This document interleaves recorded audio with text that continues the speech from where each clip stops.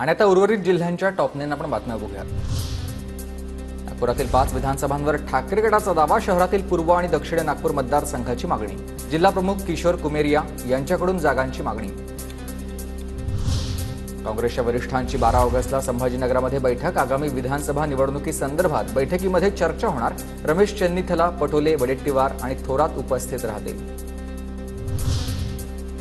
कोल्हापूर महानगरपालिका क्षेत्रातील सर्व शाळा कॉलेजला आज सुट्टी। पावसाचा जोर कमी असला तरी अनेक मार्ग अजूनही पाण्याखाली आहेत।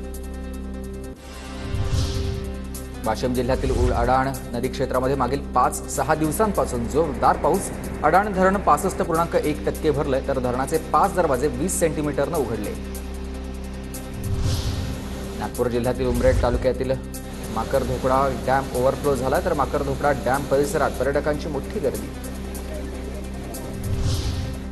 सांगलीच्या शिराळा तालुक्यातील चांदोली धरण परिसरामध्ये जोरदार पाऊस। पिकं पाण्याखाली असल्यामुळे पिकं कुजू लागलेली आहेत। बुलढाण्यातील शेगाव तालुक्याच्या चिंचोलीत गुडघाभर पाण्यामधून निघाली अंत्ययात्रा। स्मशानभूमी लगतच्या नाल्यावर पूल नसल्यानं गावकऱ्यांना हा त्रास। पुराच्या पाण्यात मक्कीटोला येथील पूल वाहून गेला। भंडारा जिल्ह्यातील साकोली परिसरातली घटना। प्रवाशांनी पुलावरून प्रवास करू नये, प्रशासनाचं आवाहन। मनोज जरांगेंच्या सोलापूर दौऱ्याच्या पार्श्वभूमीवर बार्शीत संपर्क कार्यालयाचं उद्घाटन। 7 ऑगस्टला निघणाऱ्या रॅलीच्या नियोजनासाठी बार्शी शहरात संपर्क कार्यालय सुरू।